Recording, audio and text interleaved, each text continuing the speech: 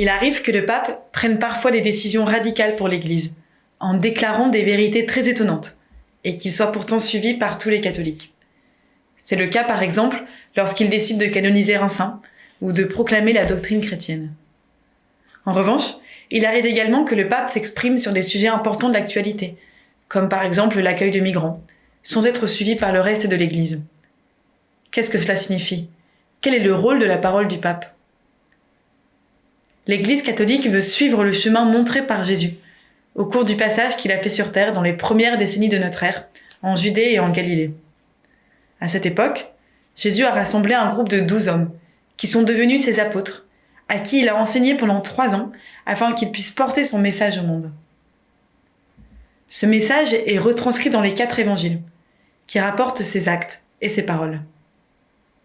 Pour bien comprendre ces textes, il est nécessaire d'être guidé et de recevoir un enseignement comme celui que les apôtres eux-mêmes ont reçu de Jésus lorsqu'ils étaient avec lui.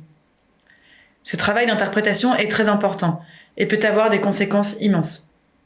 L'interprétation d'un texte est toujours influencée par le contexte religieux, politique, géographique et social dans lequel on se trouve à ce moment.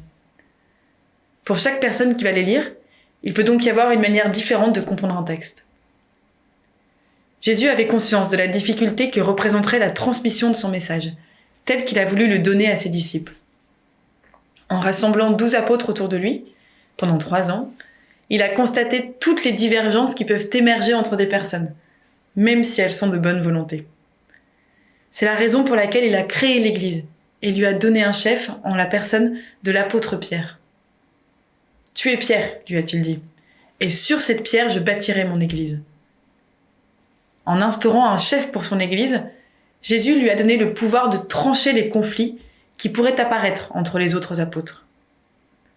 Aujourd'hui, le pape François est l'héritier de l'apôtre Pierre. Il est le 265e pape de l'histoire de l'Église. Jésus a révélé à l'humanité le message de Dieu pour le monde. En tant que pape, le rôle le plus important du pape François est de transmettre la parole du Christ telle que Jésus l'a donnée lui-même, en veillant à ce que l'interprétation que l'Église fait des paroles de Jésus soit juste. Mais le pape n'est pas un surhomme. Il n'est pas Dieu. Il n'est qu'un homme. Il lui arrive donc de se tromper. Et cela, Jésus le savait aussi. Le premier pape de l'histoire, l'apôtre Pierre, a même renié Jésus plusieurs fois. Jésus était très conscient de la faiblesse de chaque homme. Il a donc choisi d'assister les papes d'une grâce particulière.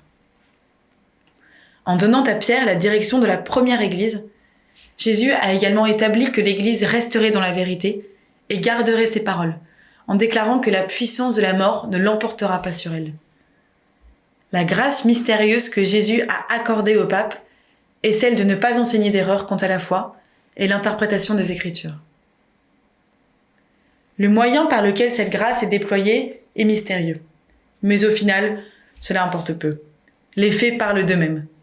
Depuis le début de l'histoire de l'Église, les 265 papes qui se sont succédés n'ont pas donné d'enseignement contradictoire sur la foi de l'Église. La profession de foi des chrétiens, rédigée au IVe siècle, n'a jamais été contredite au cours des siècles. La confiance absolue de l'Église dans la parole des papes ne s'applique cependant que dans certaines situations. Lorsque le pape décide, volontairement, de donner un enseignement comme Jésus le faisait également, pour éclairer les croyants sur la foi. Lorsque le pape donne ce type d'enseignement, il a très longuement réfléchi à l'impact que cela aurait, et il a bénéficié de la grâce de protection que Jésus a promise à l'apôtre Pierre.